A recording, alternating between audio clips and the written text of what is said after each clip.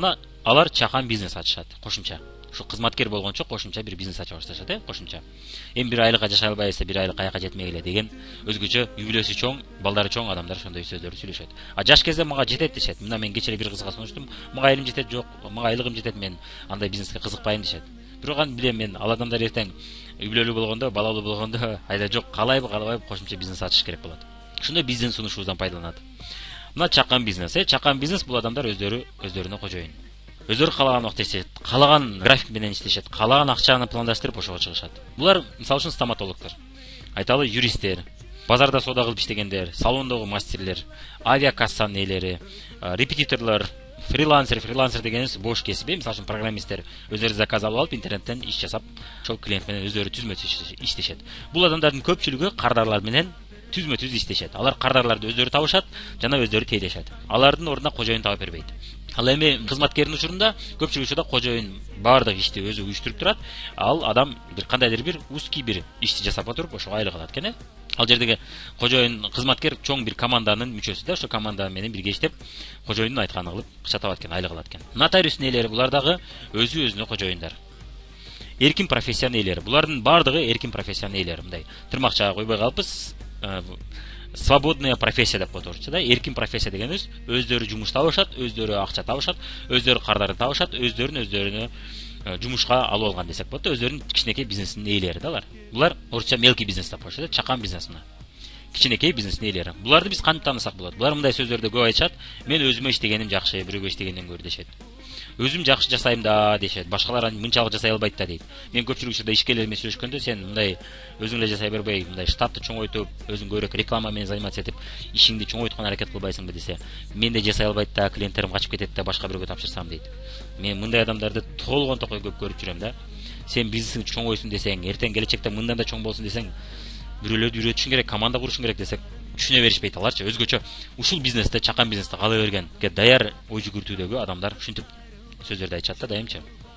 Менде жасабайт да алар, клиенттерим качып кетет дешет. Коркушат да. Алар тобокелден көп коркушат. Бирок өздөрү өтө чоң тобокелде. Кандайча тобокелде азыр көрүп кетебиз. Эми бул адамдар кандай акча табат, 2 саат иштесе, мен мисал катары айтып атам, $100. Күндө 2 сааттан иштей берсе, бир айда $100 табат мисалы үчүн. 4 сааттан иштесе $300. 6 сааттан иштесе $500. 10 сааттан иштесе $700. 12 сааттан иштесе $1000. Ушинтип кете берет экен. Канчалык көп иштесе бул адамдар, ошончолук көп акча табышат экен. Анан бул адамдардын плюс жагы өздөрү үчүн, өздөрүнүн ою боюнча, алардын ою боюнча, зато алар бир ай бою айлыкты күтүшпөйт. Алар бүгүн иштеди, бүгүн акча тапты, эртең иштеди, эртең тапты. Каалаган убакта акча табышат экен. Өздөрү мындай тез выручка, тез наличка көрүшөт экен. Бул тез акча табуунун жолу экен өзүнчө. Булар бирок кардарлардын кулу. Булардын минусу кардарлардын кулу. Эгерде кызматкер бул кожоюндун кулу болсо, кардарлар, булар чакан бизнестин ээлери кардарлардын кулу экен.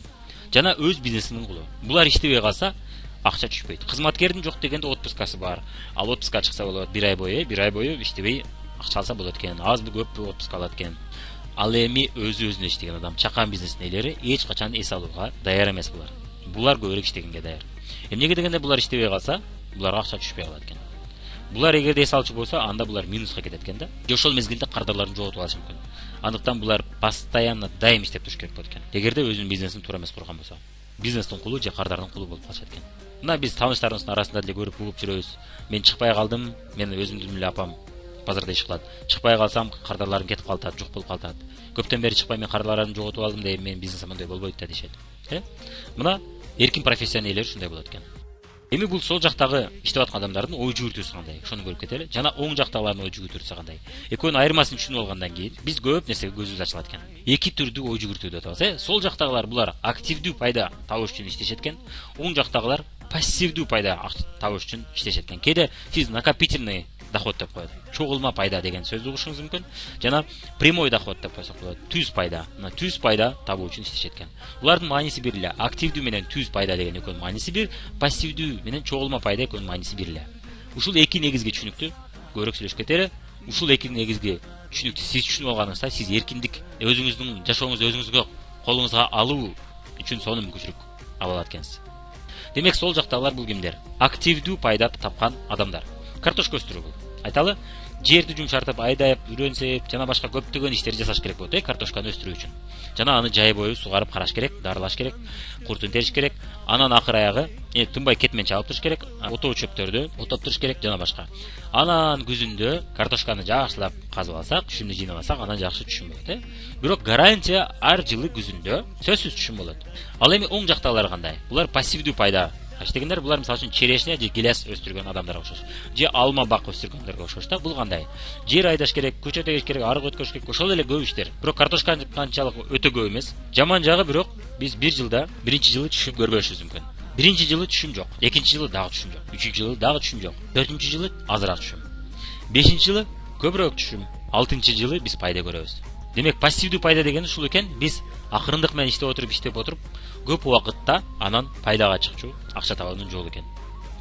Анан бирок алтынчы жылы айталы картошка жылда биз килограммын 5-6 сом, орточо 5-6 сомдон сатсак, же 10 сомдон сатсак. Ал эми пассивдүү пайда учурунда биз ошол эле 1 килограмм айталы черешня алма болобу, биз 60 сомдон 200 сомго чейин билесиз. Ал эми алма болсо 20 сомдон 40 сомго чейин, 50 сомго чейин сатсак болот экен. Демек, активдүү пайда бул дароо пайда көрүү экен, же тез пайда көрүү экен. Пассивдүү пайда бул жай пайда көрүү. Бирок кийин ошончолук жүгүрүп иштебесеңиз дагы пайда көрө берүү. Чындап эле көрөлү, гилести, черешняны, алма бакты биз жылда экпейбиз. Жылда жаңыдан өстүрбөйбүз аны. Ал эми картошканы жылда жаңыдан өстүрөбүз. Барган сайын карасак ошол бакты, дарактарды кароо жеңилдей баштайт. Аны бир жылда бир бутап коебуз, сугарып турабыз, дары чачып коебуз. Куртка каршы жана жакшы өсүш үчүн удобрение, жер семизгичтерди берип коебуз. Ол да анан түшүм болгону теребиз. Картошкага салыштырмалуу мээнети аз болуп калат жылдан жылга барган сайын. Ал эми картошканын ичинде жылда ошол эле ишти кайра жасай берүү. Активдүү пайда ушул. Жасап турсак түшөт, жасабай калсак түшпөй калат. Пассивдүү пайда башында жасасак да түшпөй турат, кийин жасасак да түшпөйт, кийин жасасак азыраак түшөт, анан бара акырындык менен көбөй баштайт, кийин ошончолук жүгүрбөсөк да түшө баштайт. Ушуну пассивдүү пайда десек болот экен. Так, пассивдүү пайда дегенде эми бул мындай экен, бир кишиден сурашкан экен, ийгиликтүү кишиден, сиз биринчи айда эмне канча акча таптыңыз десем, мен биринчи айда эч нерсе тапкан эмесмин дейт экен. Мына мен да азыр 3-чү бизнесим же 4-чү бизнесим деп койсок болот. Бул иштеп аткан бизнестерим, так бизнес көп бизнес ачып көрдүм, көбүн жаап койдум. Ошол бизнесте да мен биринчи айда азыр эч нерсе таппадык. Тескерисинче биз минустабыз азыр. Экинчи ай болуп атат, мына азыр экинчи ай кетет, экинчи айда дагы эсептеп көрсөм минуска жакын болуп атат. Биз дагы деле минустабыз. Мына биринчи айда эч нерсе тапкан эмесмин деп атат. Бирок ошол биринчи ай иштегеним үчүн дагы деле пайда көрүп атам, иштебесем да деп айткан экен. Мына ушул пассивдүү пайда экен. Мен да ошол 3-чү же 4-чү бизнесимде пассивдүү пайда көрүү үчүн жасап атам. Убактым жетишпей атат, бирок ошого карабастан ошол бизнесте эртең пассивдүү пайда тынбай түшүп турсун мага деп жасап атам да. Мына пассивдүү пайда көпчүлүк учурда айта кетчү нерсе активдерден чыгат экен да. Буга чейинки биз бай жана кедей деген сабагыбызда көрсөңүз керек, биз активдер жөнүндө сүйлөшкөнбүз. Ошол активдер бизге пассивдүү пайда табыш үчүн жардам берет экен көпчүлүк учурда. Чыныгы активдер. Эми айта кетчү нерсе, сиз сөзсүз түрдө бул роликтти көрүп чыгыңыз, жашоо жөнүндө өтө чоң маалымат аласыз. Жашоого көз карашыңыз аябай өзгөрөт. Мен айтып кеткен активдүү жана пассивдүү пайданы дагы жакшыраак түшүнүп алып, жашоодо пайдаланыш үчүн сизге сонун мисалдарды келтирип берет. Жана ошол эки баланын эки түрдүү турмуш тагдырын көрөсүз. Бирөөсү башында ута баштайт, экинчиси башында утулат.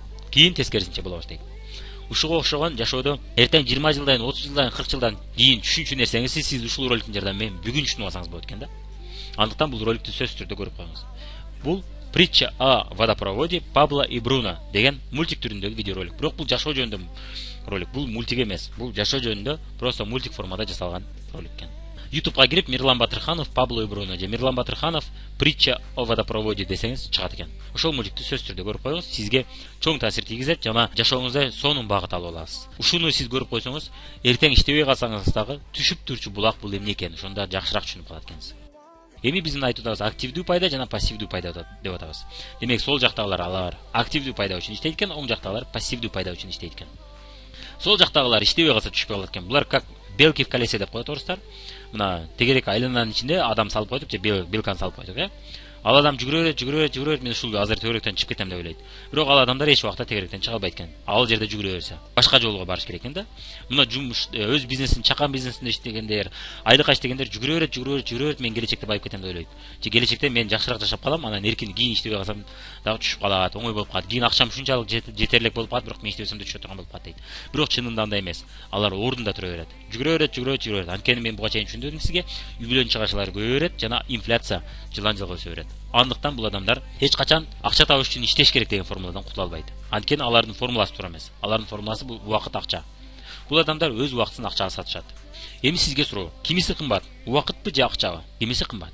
Сол жактагылар үчүн бул экөө бир нерсе да, убакыт барабар акча деп айтышат. Деньги время деп коюшат, Алар ушул формула менен ой жүгүртөт, ушул формула менен жашайт экен.